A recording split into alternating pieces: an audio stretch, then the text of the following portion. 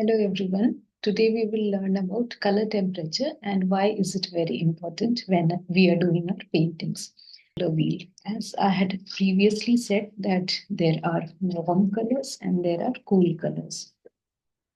For example, the range between yellow, orange and reds are called the warm colors. This is supposed to be the warm zone. The warm zone has yellow, orange and reds.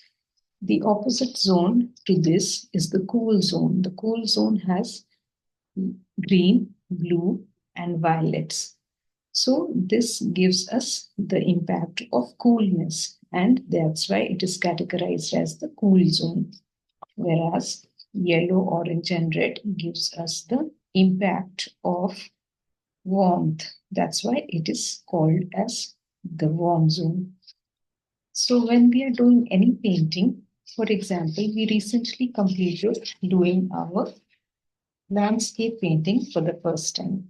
So here we see that in this area, there's a lot of warmth, whereas even though the warmth is continuing over here, there are value differences, which is the difference in the color of this orangish yellow, and it is becoming light towards the center.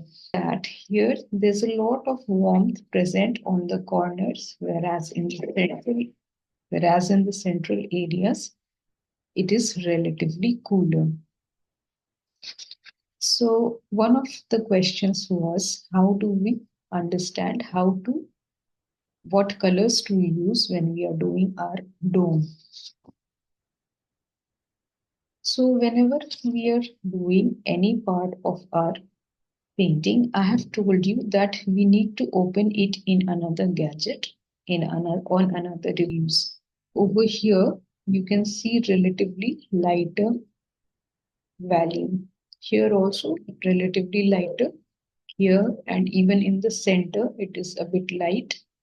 On this side, again, it is a bit light. So, however, in these areas, in the other areas, we have darker blue, and this blue is transitioning. Light and dark blues are transitioning very well, and we need to create that. So how do we understand this temperature? This dome has a mix of both blue and greens in different areas. So you will need to go light at an area where it is light, but you will need to go dark also in areas where you see the darks. So because it is watercolors, we do not need to add any white in order to go light. We only need to add more water.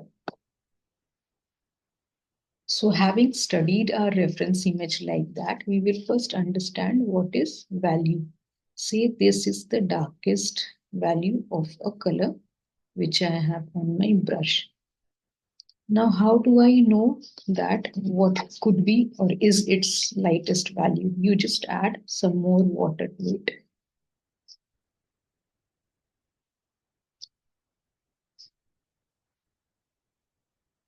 And you can pull it down.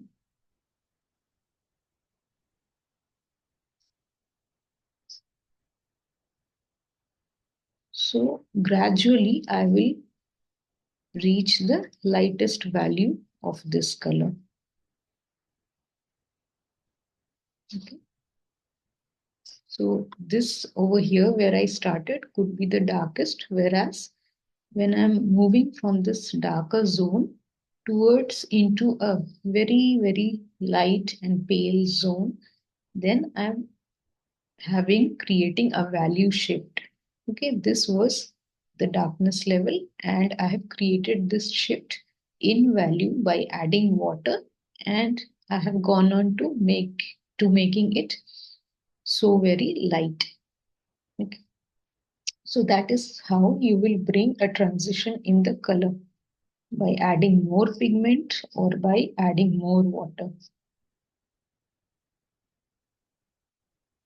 Now temperature. What is temperature? So again, when you open your image on the device, you will see that there are areas of which are looking bluish green or greenish blue, then and there are parts which are looking more blue than green. Yes, so in order to create that, you first need to have colors which are close to these bluish green colors. So I have on my palette this color which is French ultramarine blue. So French ultramarine blue is said to be a warm color because it has an element of red in it. So anything that has an element of red in it means that it has a warm element. That is why I'm choosing this color. Okay.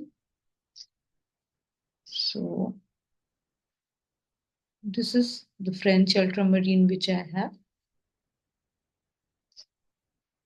And what I will do is that because I have seen that the dome is relatively greenish, so I'll add some green to it. Now I don't have all kinds of green, I only have Van Dyke green. So on my rough sheet of paper, I'm just mixing little bit of green to check it out. And here I have put in some more green. I can mix some more blues also. So I see that the color which I am arriving at is relatively close to what I saw on my dome. So this is how, or you can even mix these two colors. Even then I will get the color which I want. Because both are wet, so they will be able to mix on their own. So I am able to create the color of the dome, which is bent more, has a blue bias to it, not a green bias, because green is present only in some of the corners, some of the areas. But I am able to create this. This is the blue color, greenish blue color, which we want to create. So I have, you understood that what I did is basically that I chose a blue which had elements of warm elements in it, which is close to the red area. And I chose a green which was cool, which is Van Dyke green. I did not just randomly choose these two colors.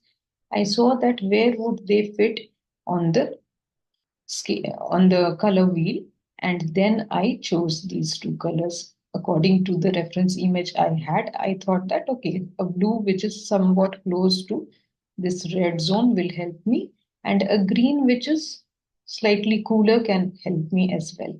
So I chose these two colors, and when I mixed it and I altered the value as per my requirement, I'm able to create this greenish blue, which I can use on this dome. So I hope this is clear how to mix your blues for the dome. And this picture is a mix of both warm and cool blues. That's why I have used warm and cool blues. Also, I have used in my camera, I am not able to see it very clearly, but this is slightly darker than what is being shown on the camera. Also, what I have done is that I have placed a thin glaze of pink on this dome. I have used pink not only while glazing in this area. If you go through the tutorial, part 6 or 5, you will understand that. And similarly, I have used a thin glaze in this area. So I think we got to understand how we can create this blue. And even if you do not have your exact colors, how you can use your color wheel and create those blues. You need not have the exact color, but you can at least, you need to use the colors which are most proximate to the colors we want to create. That is why I used French ultramarine and Van Dyke brown, because I understood that these two colors are most proximate to the colors which I want to create. So hope it answers your question. Thank you.